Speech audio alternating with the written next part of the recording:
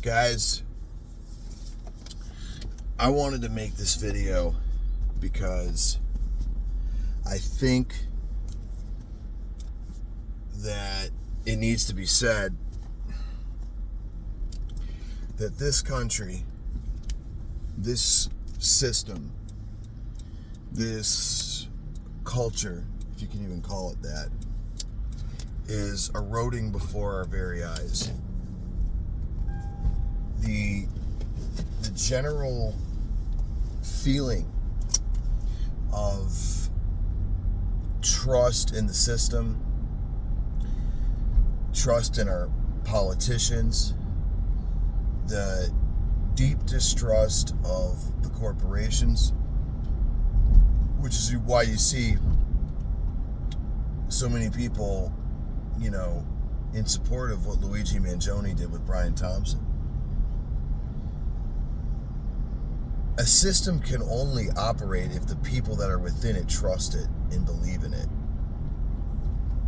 And what has happened with the United States is that the rich have gotten so insanely greedy and powerful, and the wealth discrepancy between the haves and the have-nots is at an all-time high. I think it's the largest in the whole developed world. And where the ability to start a family, to own a home, to start investing in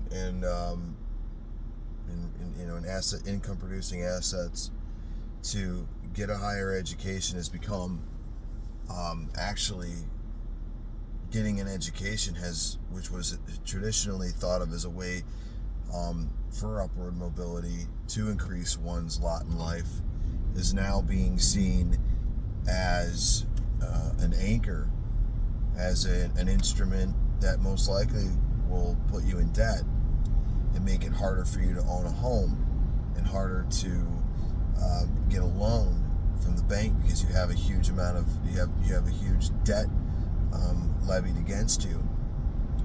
And the Republicans are not a viable option because they have refused to do anything with student loan forgiveness. The Democrats are not an option either because they want to increase taxes. And when they see taxes on the rich, they're talking, you're not rich if you make a few $100,000 a year, okay? Sadly, that's the new middle class. So the people that even people making a few $1,000,000 a year are not rich. They're doing okay. They're doing well, but that's not rich. What they lie in different ways, saying that they're going to fight for the middle class when all they're going to do is increase taxes for at least much of the middle class. So what you have with this culture and that all of that, with inflation, with all the foreign aid that we give to these other countries to fight wars that don't have any amount of benefit to us, and they only line the pockets of the military-industrial complex. You also have all this coalescing with social media, which has in many ways destroyed community, destroyed relationships, deepened in the divide between men and women, making which should be a symbiotic relationship, we're now antagonistic towards each other. And that's largely been fomented by social media and promulgating conspicuous consumption and status seeking behavior, and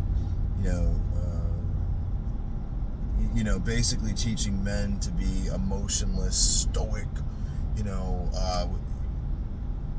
just basically robot machines that just go to work, go to the gym, and don't do anything else, and worry about yourself, and don't ever show emotion to women. And women are being taught to just, be total fucking, nasty, manipulative users, and go get yours, girl. You don't need a man. Men are evil. The patriarchy. We need to just fuck men over, use the system against them. Get divorced, steal his money, take the kids, right? Like you use the courts to your advantage. So it's like this whole. You can't have a country that is going to sustain itself when you have a breakdown of not only the culture, you have men and women hating each other, you have a record low amount of people starting families and owning homes, you have your own citizens are totally strapped with student loan debt, credit card debt, debt from healthcare, because again, the Republicans don't want to do anything with healthcare. And the Democrat solution was total bullshit with Obamacare, which is not affordable health care. You get bottom of the barrel bullshit health care that covers next to nothing, that has high deductibles. You only can go within certain doctors that are in a network. You have to have a referral to go to any fucking specialist if you have any issues. It's not real health care. It's bullshit. So what we have here is a fucked up system that is enslaving with debt the citizens, and you have mass amounts of frustration and a political system that doesn't give a shit. It's shit in, shit out. Yeah, but. And I was listening, George Carlin has always been somebody that I really, really admired. I really like the way the guy thinks.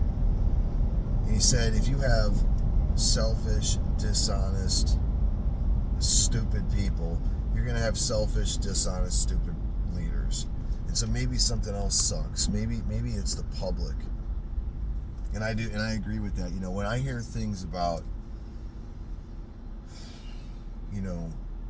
that America is the greatest country ever, and they hate us for our freedom, the Arabs, the Muslims, they hate us for our freedom, or that this is the land of opportunity, there's we're free. It's all bullshit, dude. The American dream is called a dream because you'd have to be asleep to believe it. And I don't think it's worth saving. I really don't. It's who we are.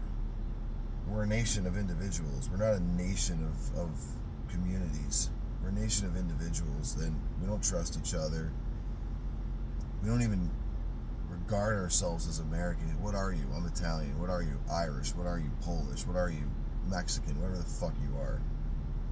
Whatever your ancestry. When people ask, what are you? That's what they're asking. So, what does it even mean to be an American? Is it meaning to believe in the Constitution that was written by a bunch of slave owners? Right? Which most of us, if we were alive back then, we wouldn't even be allowed to vote. Because if we're not white and own property, then, you're fucked. And they're making it increasingly harder to own property with inflation. And the more strict underwriting guidelines that really hurt people, especially people who have debt from student loans or health care. Look, I'm not talking about people that ran up a $100,000 credit card bill. Like that's on you. That I'm not talking about people that are irresponsible with money or irresponsible with lines of credit. I'm talking about people who were trying to better themselves and doing what they've been told since a child by going to college, and then they get out and they've got $100,000 in student loan debt. And listen, when you're 18 years old, you're not in a position to make a major financial decision like that. You don't know the ramifications of that decision. So this whole you knew what you were signing up for is bullshit. You're telling a kid who's lived with his parents his whole life, who's worked at best little part-time jobs through high school, that they're going to sign a promissory note to promise to pay back with compounded interest that they'll never be able to default on, they'll never be able to declare bankruptcy of. And that was your Republican president, George Bush, by the way, who wrote that into law.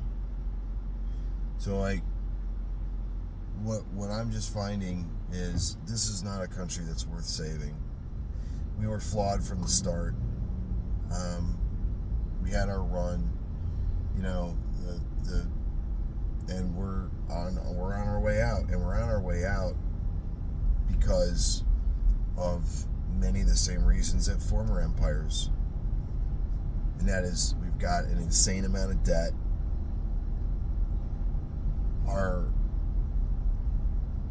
Our cultural values have been eroded to, you know,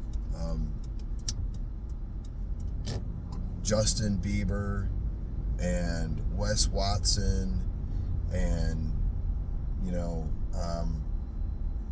Taylor Swift and Donald Trump, Barack Obama. Right? This is the culture. These are American cultural icons. We went from John Wayne, Gary Cooper, Charles Bronson to Miley Cyrus, to Justin Bieber,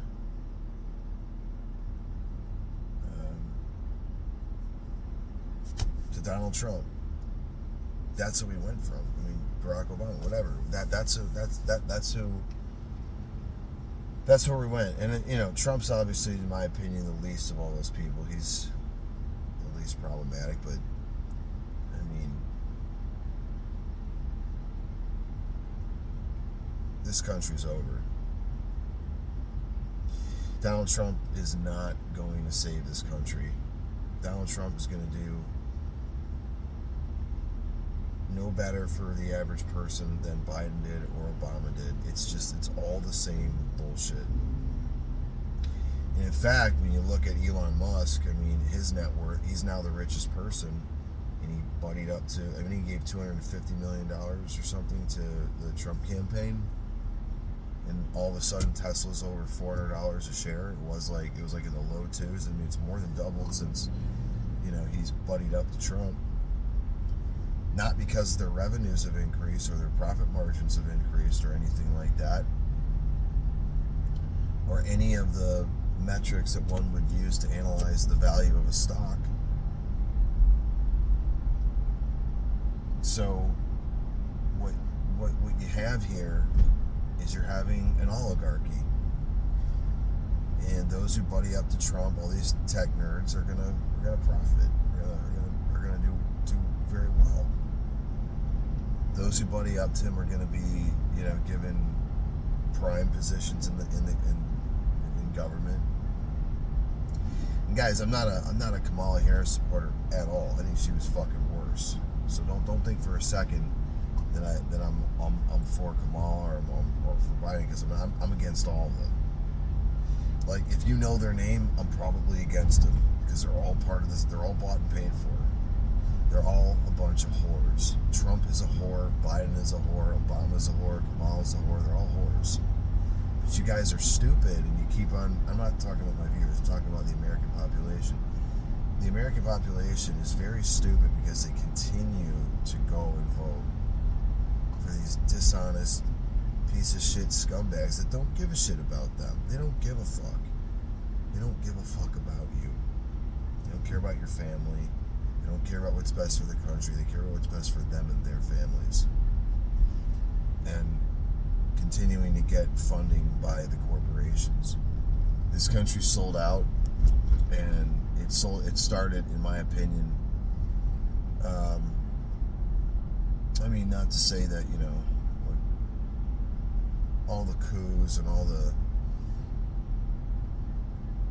you know, leaders that we've killed because they didn't go along with our interests, even back in the 80s under Reagan, and, you know, just like getting rid of Allende and putting in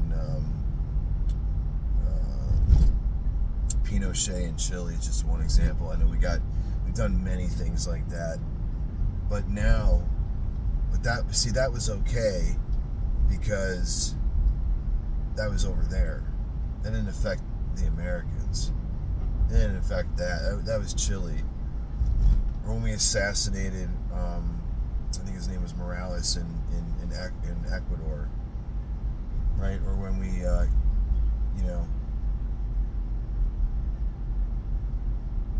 put in the Shah in Iran, an oppressive monarch. And when we put Saddam Hussein in power in Iraq, that was okay because he just killed them. He just oppressed those people. We don't give a fuck. You see, America is an oppressor. America has oppressed the whole world, right? Meddling in other countries' affairs, funding, revolutionary dictators that are going to, do our bidding and give us access to their natural resources. Go read the book, Theories of an Economic Hitman. You'll see. See, now they've gotten really greedy, and now they've come for you in the form of student loan debt, in the form of healthcare debt, medical debt, in taxes, in allowing genetically modified ingredients to be in your food, because Monsanto funds people. So you understand, these politicians don't work for you, they work for the corporations, and it's on both sides. And that's what Americans don't want to admit. They don't want to look in the mirror and take off the rosy colored glasses and really, not in the mirror, but look out into the world and see what this really is. What this is it's not even really capitalism. I can't even really call it that. It's corporatism. It's crony capitalism, if anything, in where you have a convergence of corporate interests with government interests. And so you have no choice. You have no option. They're all bought and paid for. So to think that somehow, like, voting for Donald Trump or voting for Obama or voting for any of these pieces of shit is going to change anything, you're a fucking moron. I hate to break it to you, but, like, you're a slave. You're a slave. Just in my previous video, how I talked about, if you do not come from generational wealth, you're a fucking slave.